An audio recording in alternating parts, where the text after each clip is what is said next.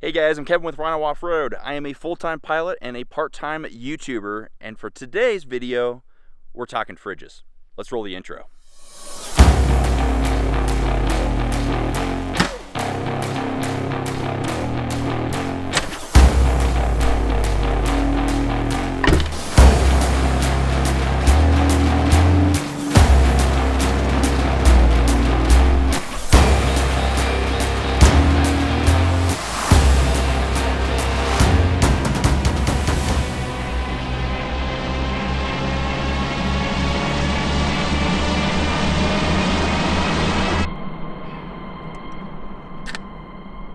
Cheers. Really? All of this for that? Well, at least we have some cold beers to drink. God. Or maybe not. All right guys, this here is the VL45Pro from ICECO. ICECO sent me this fridge to review, and I kind of already know what you're thinking. You're like, this is going to be one of those review videos where they get into all the nitty-gritty details about things that I, quite frankly, really don't care about. But you're in luck, because this isn't going to be that video. What I think is most important when you're shopping for a fridge is the practical features that actually make a difference in your day-to-day at camp. And then lastly, I think probably the most important thing that we all care about with fridges is, well, how well does it actually work? They can put out a lot of tech specs and all these things online, but how long does it take to cool down a nice ice-cold Coors Light? Well, I have my buddy Greg with Trail Newbie here and 3 other fridges from different price points, and we're going to compare them and see how they work. So let's get started. All right, so the first thing you're going to notice about this fridge is it is an all-metal design. My last fridge was a crappy one from Amazon made completely out of plastic, but this thing is nice and solid and feels like it's not going to break on you in the trail. One of the first things that caught my eye about this fridge is actually the lid itself. If you have an orientation in your vehicle that requires you to be able to open it on one side or the other, well, ICECO's got you covered, because you can pull this handle and open it this way, or there's a handle on the other side allowing you to open it up from that direction. Let's say you want to pull the whole thing off. When do I need to do this? Well, when I'm going to clean the fridge out after I get back from a trip. This, especially in the back of my Jeep, allows me to lift basically the whole top off. You can set this aside, and then you have direct access to be able to clean it, wipe it out, whatever you need to do. The next thing that caught my eye about this fridge, and one of the big limitations I had with my previous fridge, was that of where the power plugs were. So ICECO's thought of this already, and they put a AC adapter or power adapter outlet on both sides of the fridge. So that way you can orient it in either direction and have it fit for whatever your solution is there in the back of your vehicle. So if you look down here, we have a DC plug-in. For myself, I plug that straight from my Bluetti via the cigarette lighter, and the cigarette lighter is really nice and secure so it doesn't come out. Then we have the AC adapter, which you can either plug this into an inverter or again to your portable power station.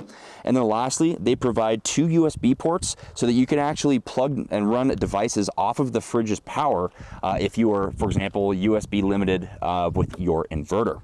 And while we're here, you'll see that there's nice beefy metal handles. Again, that's a theme with this fridge, is it's built really tough, and there's handles on both sides. I actually removed the handle from the other side, and this allows me to scoot it back enough to fit it within the confines of my fridge slide, but really nice feature to have there. And also, they give you an extra handle in the box when you get the fridge. All right, so now let's actually look at what is on the inside here. Honestly, this is probably my favorite feature about the fridge itself, and it's the organization. We just took this on a 4-day trip with a family of 4. I have 2 growing boys that are eating a ton. Being able to separate the food that you want colder from the food that you want warmer, or just honestly the food that you access more often, I think is crucial. So as you'll see, they offer a smaller basket, which fits down here in the lower part of the fridge, which generally is going to be colder. What we put down here are things like our eggs, meat, that kind of stuff that we want to really ensure stays nice and cold. And then we'll put sandwich type stuff or condiments, that kind of thing, cheeses up on the top here. And then of course the beers have to go on the top just because it's way easier to access. They stack nicely on each other and just provide a very, very clean way of keeping your fridge organized. And then the very bottom here, this is pretty standard on fridges, but you'll see it has a drain plug here so that you can clean the fridge out. When you're all done, get it ready for your next trip. Right, now we're actually going to plug this in and I'll show you what the power panel looks like. So I'm just going to take the AC adapter here. It's plugged into my Bluetti. We'll just plug that right in. What you'll notice is that you plug it in, so the faceplate will come on momentarily and then come off. I don't love that feature. I'm sure there's a reason why it does it, but either way, you have to come down here and then subsequently hold the power button for about 3 seconds in order to get the fridge cooking. So as you see, the fridge is on. It's currently 84 degrees. You have battery protection here of low, medium, and then high, and you just have to hold it a couple seconds to go in between the 3. I don't know what the different cutoffs are, and honestly, I don't think you really care. It's probably in the manual. I always set this to low so that it basically stays on as long as possible for my Bluetti. If you were going to charge this directly off your car battery, then maybe you want to actually look that up and figure out where the cutoff is. You'll see we have an eco and max mode, and then you can just hold this button to cycle in between. I generally leave this at max just to get it cooling as quick as possible, and then set the temperature down to about 30 degrees. Now, we're gonna test this out here in just a second to see how well the faceplate temperature actually matches what is in the fridge. But if you're curious what we can set this all the way down to, it will go down to basically 0 degrees Fahrenheit. All right, and that's really the big features about the fridge. Anything else, I think we're just nerding down a little bit too much on. We'll talk about the rest of it here when we set up our test. But what we're gonna do next is I'm gonna pull Greg, who's holding the camera, from Trail Newbie. We're gonna get 3 other fridges out from different price points, and we're gonna see which one can actually cool the quickest and how accurate is the temperature reading on the faceplate versus the temperature inside of the fridge. So let's get this set up.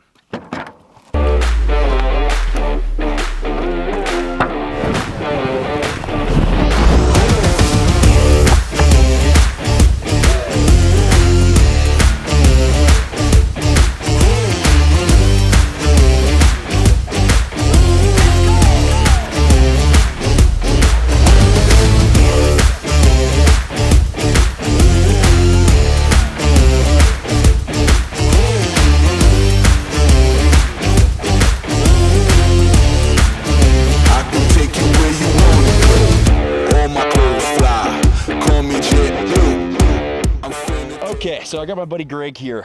Admittedly, this is a little haphazard, but this test is gonna work. What we basically did was took 4 probes from a meat thermometer, and we hung them inside of each with some painter's tape about halfway down, so that way we can get kind of a rough ballpark as to what the average temperature is in each. Now, that brings us to these 4 fridges. This guy here is your Amazon special. It's Osronvik, whatever, it doesn't really matter. But this is what got me started. It served me well, but this is by far the lowest end as far as budget goes. The current price for this fridge is right here. Next, we have the JP50. This bad rider is Greg's. Yep. So do you want to tell us what about this? Yeah, so this is the JP50, ICECO's ugliest fridge, and I can say that because I'm actually an ICECO ambassador, and so they don't mind that. This is the fridge that right now I'm running at all times in my Jeep, and the price on this JP50 is... Next, VL45. We've already talked about it. The price for this fridge currently retails for... Lastly, just so we have a full breadth of options, we brought Greg's CFX25. Now, we totally get this fridge is at a different size, so maybe not a apples to apples comparison, but we had it, so what the heck, why not throw it in?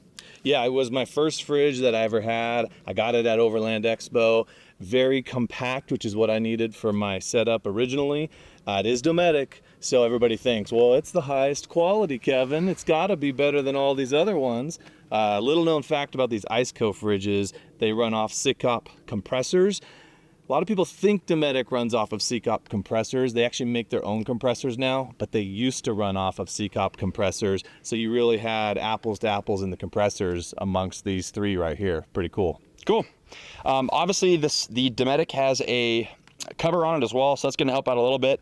The ICECO VL45Pro is the only all-metal design, so I'm curious how this shakes up. So what we're going to do is turn all these on at once. We're going to see what the different power draws are at the maximum settings for each, and we'll just get an idea of which one cools the fastest. Oh, by the way, the Dometic costs... All right, let's get started.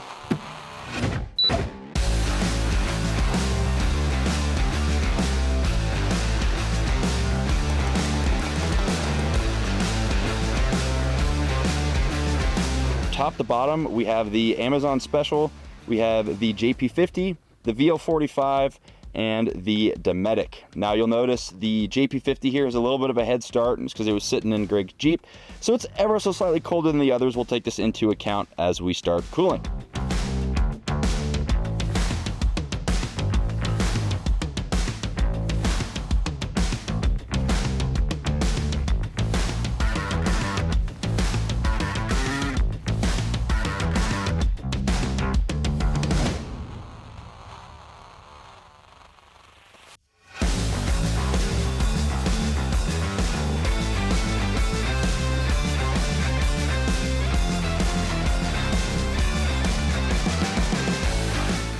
All right, well, this has been running for about 40 minutes, and I think Greg and I are kind of surprised here by the results. The bottom line up front is this Amazon fridge is ripping.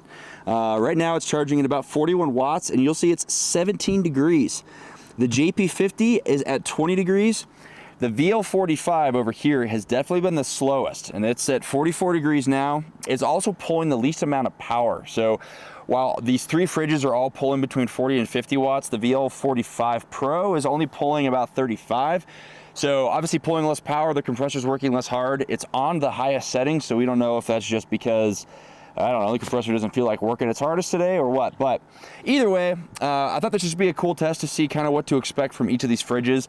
Obviously, what really matters is how well insulated it stays, and we can do that as a whole separate video. But the Dometic is crushing it, currently sitting at 14 degrees. Mind you, it is the smallest, and the Amazon Special and the JP50 are basically at the same temperature. So I will say, these Amazon fridges probably aren't as bad necessarily as you might think. The JP50, again, much more cost effective than the VL45, but is cooling definitely quicker. And then obviously, again, the Dometic here is just crushing it just based on its small size, and it is a very high quality fridge. Last thing that we saw, which was notable, is that the display temperature, kind of unsurprisingly, I guess, is definitely off of what the probe is saying. It's around 10 to 15 degrees warmer, pretty much across all these fridges compared to what the probe is saying. What would we do that information? Well, if you're trying to set your fridge so that it's not an actual freezer, you know, maybe keep it in the high 30s, that sort of thing. Just realize the temperature that's on the display is going to be warmer than what's in the fridge. So you might end up actually freezing your cheese or whatever else you have in there inadvertently. So it might be worth taking a meat thermometer like this to your individual fridge just to see what temperatures it's actually putting out. All right, well, that pretty much wraps up our test. What were your thoughts on that? Well, it's really interesting to see the temperature difference between what the probes were saying and what's on the screens here. I think that's something that everybody should note. Didn't surprise me that the Dometic was kind of the leader due to its small size. And yes, Dometic is known for having thicker insulation walls and therefore, you know, cooling faster, blah, blah, blah. My opinion is, though, cooling fast is not like the alpha and omega of purchasing a fridge. For me, I consider two things. One's going to be cost. Second is going to be size, because Kevin, size matters. So that's not what I've been told. I'm actually surprised how well this thing measured up. Now, this thing, you guys probably couldn't tell, it's definitely the loudest. Yeah. Which it's also probably the oldest in the inventory here, so maybe that makes sense. But to your point, I think it really doesn't totally matter, I guess, how quickly it cools down. It's how well it stays insulated. But really, I just was kind of curious about, hey, like, what's the difference between what's shown on the faceplate and what is actually in the middle of kind of the heart of your fridge? I'm going to say one thing just in terms of overall looks. When you roll up to camp and you pull this VL45Pro, looks like Darth Vader designed your fridge, and it's friggin' money. So if you want an ultra clean setup, you got something really all blacked out, and you do want to look for aesthetics, for me, the winner is definitely this ICECO right here. All right, guys, so I'm going to wrap this video up here. Now, I will say, though, just the removable top, the all-metal construction, and the organization inside this thing, absolutely money. Chef's kiss. It's serving me really well so far, and I can't wait to continue to take this on trips in my vehicle. Thank you to Greg of Trail Newbie for helping me out with this one. It was a really fun collaboration we did, and he helped me out a ton. So, Greg, thanks so much for that. I really appreciate it. Subscribe to Trail Newbie if you haven't already.